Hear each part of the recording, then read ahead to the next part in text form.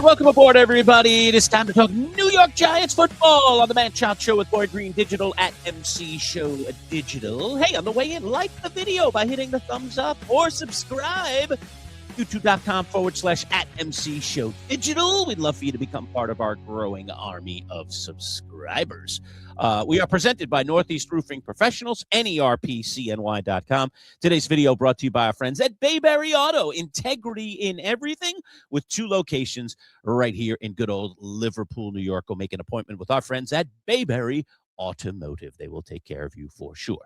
All right, when we talk all things Giants, our regular main squeeze is this guy. I miss him. He's been out of the fold for a little bit. We're trying to give him some vacation. He never gets any vacation. But Ed, I must say, and this is Ed Valentine, by the way, from Big Blue View. Ed, when you're here, I feel like the world is on its axis and there is stability in the show throughout the course of the week. So welcome back. Thank you for bringing back stability. It gets off the rails when you're off, when you're gone. You come back and it kind of gets back on the rails. It feels good. You know, it feels really good. This is my job to bring, peace, stability, harmony to the Manchild Show, to Big Blue View, to all of that. This is what I do. Mm-hmm. All right. Well, it's lovely to have you back. Hey, so this week was the NFL meetings out in Arizona. One of the just kind of a fun side thing here for me was obviously John Harbaugh was there. Obviously Joe Shane was there. And we'll even talk about John Mara being out there, which I think is maybe perhaps good news for Giants fans. But let me ask you about this. John Harbaugh was wearing these reading glasses, I guess, when he was out there. And when Harbaugh was wearing the reading glasses, he looked a lot like his brother, Jim. I was like, what's going on? Is this a doppelganger situation or something? So did you pick up on any of that vibe? And do you like the reading glasses look with John Harbaugh? They think alike. They look alike.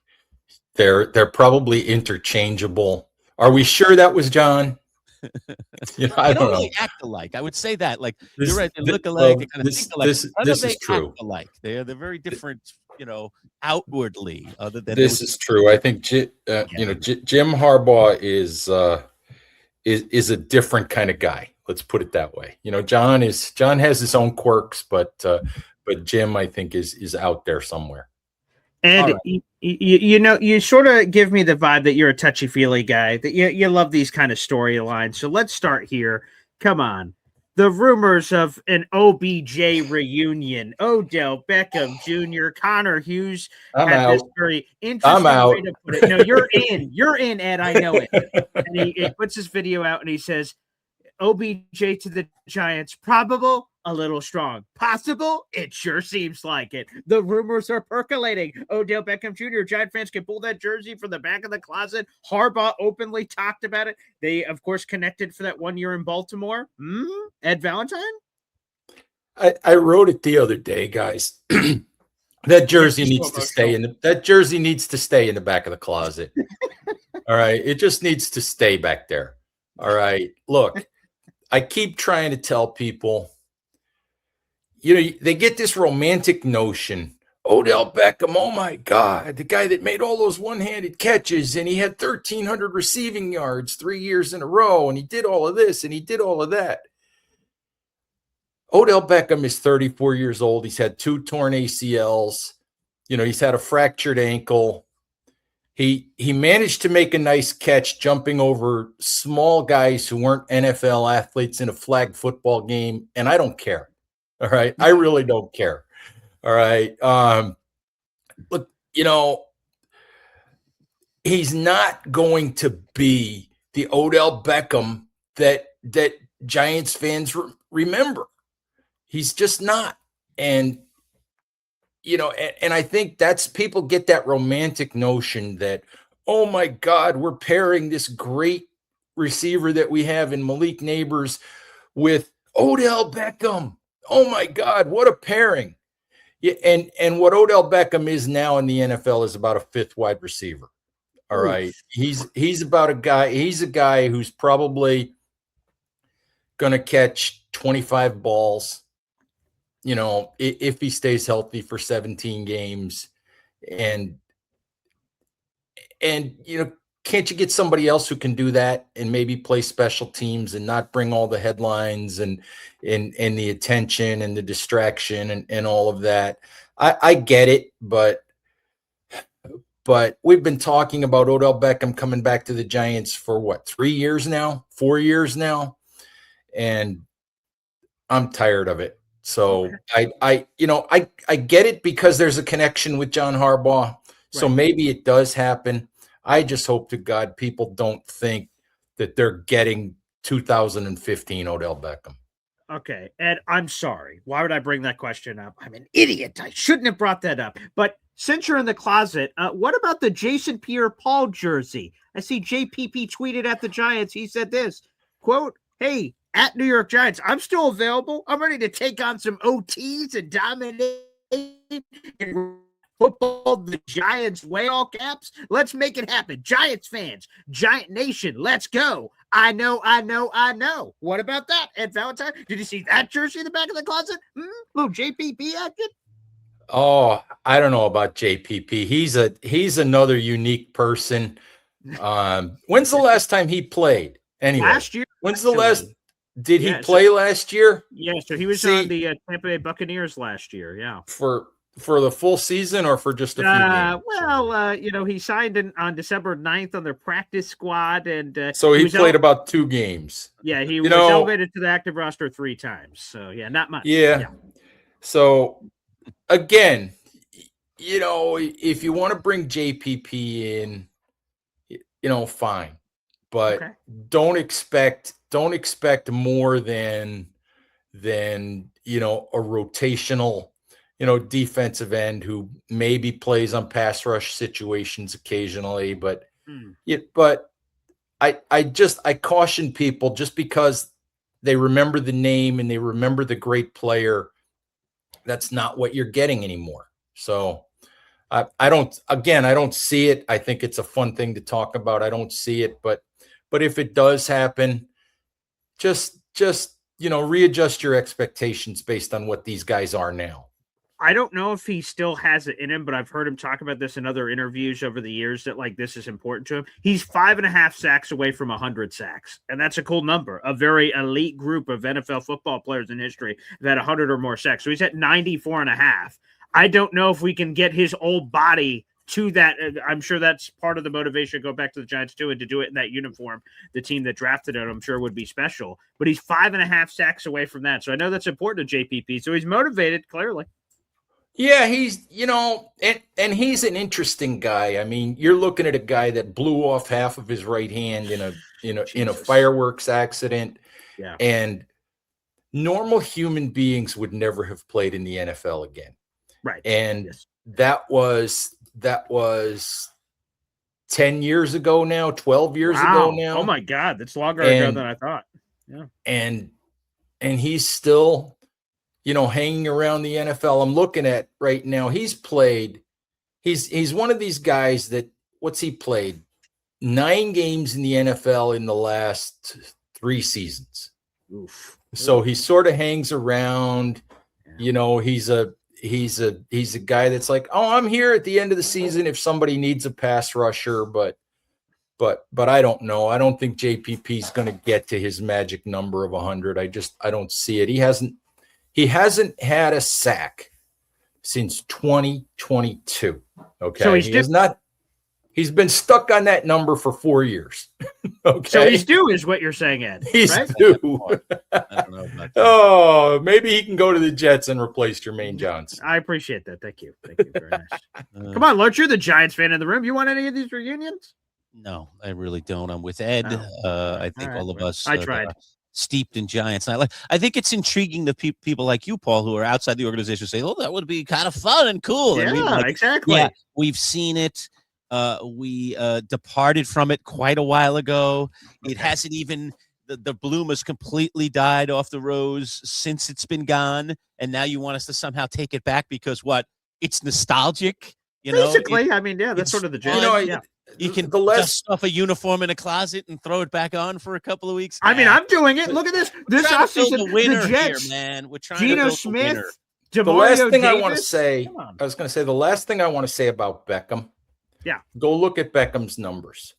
Okay. The last time in the last 6 years, the last time Odell Beckham was anything more than a middling NFL wide receiver, which you can get in the 4th round of the draft, basically. The last time he was anything more than a middling NFL wide receiver was 2019.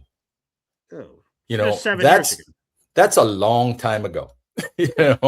So just, if for some reason the Giants give him a chance, just reset your expectations, because it's been a long time since he's been a real quality player. Ed, one of the other things I mentioned was the fact that John Mara did come out to the meetings in Arizona. Obviously, we all know as Giant fans that he's been battling cancer. We all have been, I think, touched in our lives in some way, shape, or form by this terrible disease. Give me your thoughts. Are there any updates on John Mara's condition? Is this really, really good news? How do you look at what we heard about that? Well, guys, I do think it has to be looked at as good news. All right. The Giants are not giving us updates on Mara's condition. He did not speak to media, while he was in Arizona. So nobody got a chance to ask him, John, are you in remission? Where are you in your treatments? How do you feel? All of that. But the only way you can take it is that it's a good sign, because John didn't travel all of last season. Yeah.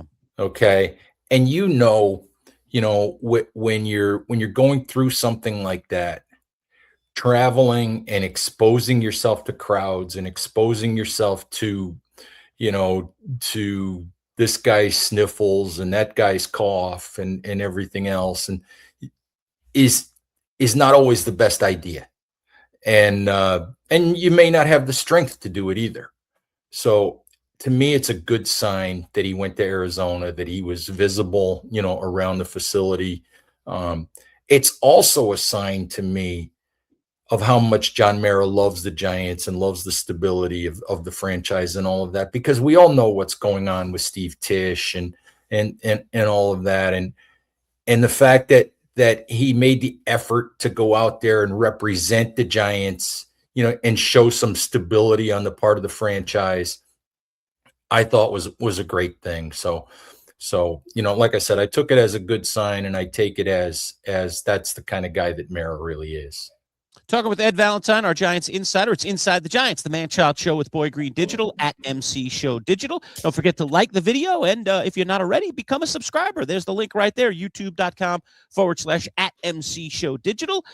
We'd love for you to become part of our growing army. We are presented today by Northeast Roofing Professionals. Today's video brought to you by our friends at Bayberry Automotive. Let's take a moment, and then we're back more with Ed Valentine right after this. Integrity is a word that some people just throw around in life. But at Bayberry Automotive, integrity is everything. Integrity of their mechanics, who are all experienced and certified. Integrity in the work they perform, with nothing but 5-star reviews from satisfied customers on Google. Integrity that goes along with family. A family-run business that treats you like one of their own. Integrity in everything. Bayberry Automotive. BayberryAutomotive.com. Located on Route 57 across from Bayberry Plaza, the premier choice for auto repair in Liverpool. Finding the right local roofing company can be tricky. You don't want to hire the wrong roofers, or you could end up spending a fortune on repairs. The pros at Northeast Roofing Professionals can ensure your home is protected by a strong and sturdy roof. Locally owned and operated, over 30 years experience, free estimates, and competitively priced. Don't settle for an inexperienced roofing contractor. Turn to Northeast Roofing Professionals. Discounts for military and first responders. Reach out and let them put a sturdy roof over your head. NERPCNY.com. NERPCNY.com. All right, we're back talking Giants football, Inside the Giants with Ed Valentine from Big Blue View. It is the Manchild Show with Boy Green Digital. Hey, Ed, finally, we have a parting of the ways between the Giants officially and Graham Gano, the kicker. We're moving on, Ed. We're moving on. I know Sanders is already in the building. The younger guy, hopefully he's going to stay healthy and kick forever, but it's official now. Graham Gano is off the books, and I was surprised, Ed, when I saw that, happen, how much money the Giants were getting back. What was it? I think it was $4.5 million added onto the cap. So I was like, wow, holy crow. This is wow. I didn't know that Graham Gano was worth all that money. Give me your thoughts about the final parting shot here on Graham Gano, who, at times was a pretty good kicker for the Giants, but couldn't stay healthy. he was a really good kicker for a really long time in the NFL. And, for the first 3 years with the Giants, probably was a really, really good kicker. Owns the franchise record for, 50-yard field goals made, which, the game's different now than it was with the kickers 20 years ago or whatever, but still it's an accomplishment. This is a guy that beat the Giants years ago with a 62 or 63-yard field goal. He's a really good kicker for a really long time. But this is a year too late. Okay. Had one injury plagued season, I think, 2023. Giants, brought him back. 2024 went through it again. 2 straight injury plagued seasons, with the leg injuries. And even Lawrence Tynes, former Giants kicker, who's a friend of Graham Gano's, said, we're friends. He said, but I still would have cut him a year ago. All right. Because, because you put yourself in the situation the Giants found themselves in this year, where it was put him out there, he gets hurt. Put him out there, he gets hurt. Then you're on the kicker merry-go-round looking for decent kickers, and you don't find one until you've got 3 games left in the season. So it's a year too late. It's a guy that, like I said, had a great NFL career, but it should have happened. It should have happened last offseason, not this offseason. Fair enough. The Giants have been very active in free agency, but could they still do anything else? I saw this from Jordan Renan when asking General Manager Joe Shane at the annual league meetings about this point of free agency. Could the Giants do something? And Joe Shane said, we're, quote, light on money, but that they are in constant contact with agents at some positions of need. Offensive line and defensive linemen are mentioned. Are any other moves coming here before the draft, or is the hay sort of in the barn here, Ed? Well, they are light on money, if you want to put it that way. But they do have some options for ways to create more money if they want it, if they need it. One of those that's on the table, though I don't think it's going to happen, that everybody talks about all the time, is the possibility of trading Kayvon Thibodeau. All right. I don't think that's going to happen at this point, but if it did, that's $14.5 million in cap savings right there. They have restructures on contracts that they could do. Guys like Dexter Lawrence, guys like Andrew Thomas, whose contracts they could do some things with if they really want to save some money. I'll give credit to Dan Duggan of The Athletic for this, because he raised a point the other day that I had forgotten about.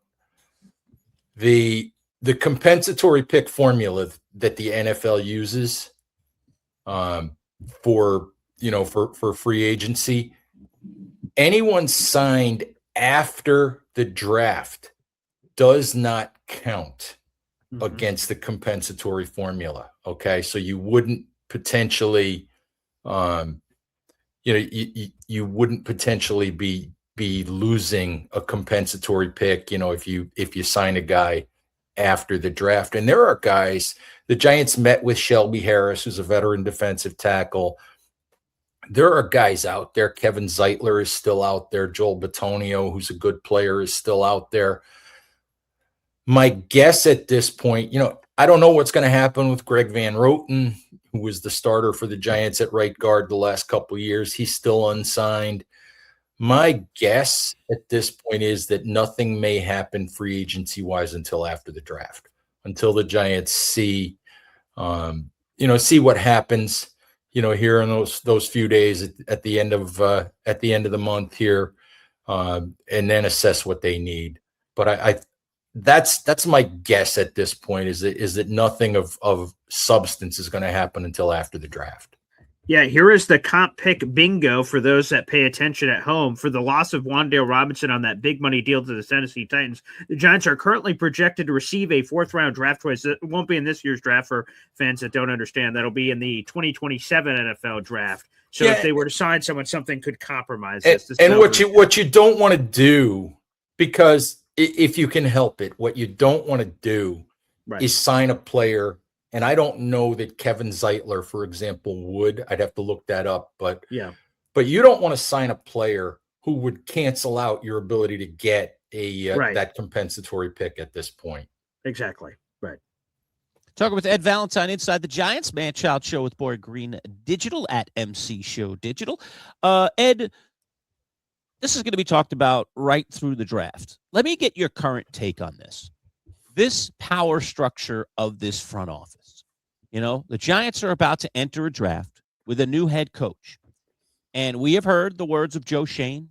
I'm still the GM. My job responsibilities remain the same. Yeah. There have been reports out there that perhaps Joe Shane's job responsibilities aren't the same. That he's kind of heading up the scouting department these days, so on and so forth. Obviously, Donna Ponte has been added to the mix, a very apparent brilliant mind when it comes to managing money and managing roster and managing talent. And then, of course, you have John Harbaugh. When push comes to shove at this draft, Ed, and there are a couple of players being considered for a spot, who's going to have the final say here? I mean, the Giants aren't really telling us, so I'm asking you to kind of, look at the evidence before us and come up with an answer. Who really ultimately is making the decisions about which players are going to be picked? I know it's collaborative, but who ultimately has the final say? That's what I'm John Harbaugh. There's no question, at least at this point,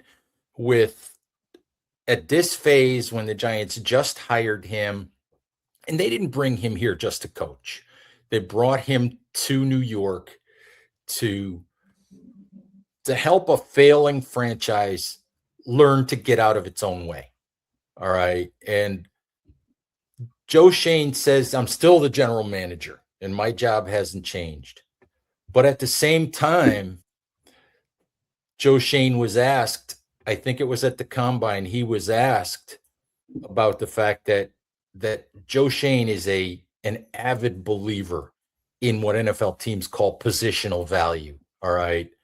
Joe Shane a couple of years ago said, basically, when Saquon Barkley left town, with Joe basically booting him out the door.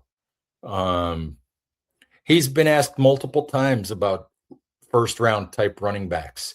And you can always tell in his answers that he doesn't believe in first round running backs. Well, guess what the Giants might do in a few weeks here? They might draft Jeremiah Love at number 5. And that's not Joe Shane's decision. That's Joe Shane accepting John Harbaugh's decision. So, and Joe has said he is having to get used to a world that is not ruled by positional value. It's ruled by who's the best player, sitting there on the board. So his job has changed. And look, 2 years from now, if Joe Shane's still the GM and John Harbaugh's the head coach, and we've watched John Harbaugh make some mistakes in players that he picked, maybe that power dynamic shifts a little bit. But right now, in this phase where John Harbaugh has the hammer, the major choices, John Harbaugh says, what we learned to do in Baltimore with him and Ozzie Newsome, who was the GM for a long time, and then Eric DaCosta, he said, we learned to work until we agreed to agree. Okay. Which is the way he put it. But you're not always going to agree. But I think in those cases where the GM wants one player and the head coach wants another player, I think at this point in time, the hammer belongs to John Harbaugh. Well, that's fascinating because this morning, as we're recording this interview, ESPN put out a mock draft where they had 3 draft analysts and they did round robin. They spun around 1, 2, 3, 1, 2, 3, 1, 2, 3.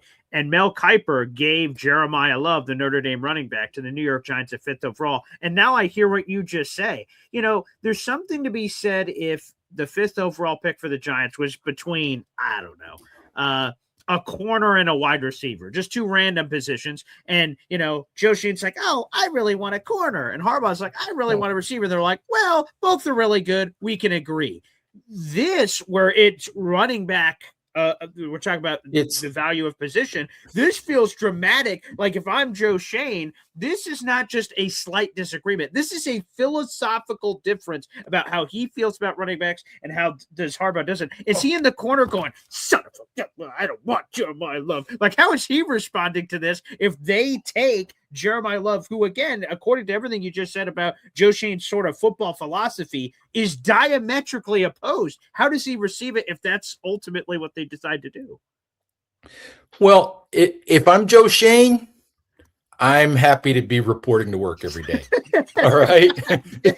All right. After the last 3 years the Giants have had, if I have to eat a little bit of crow and change the way that I think a little bit, right.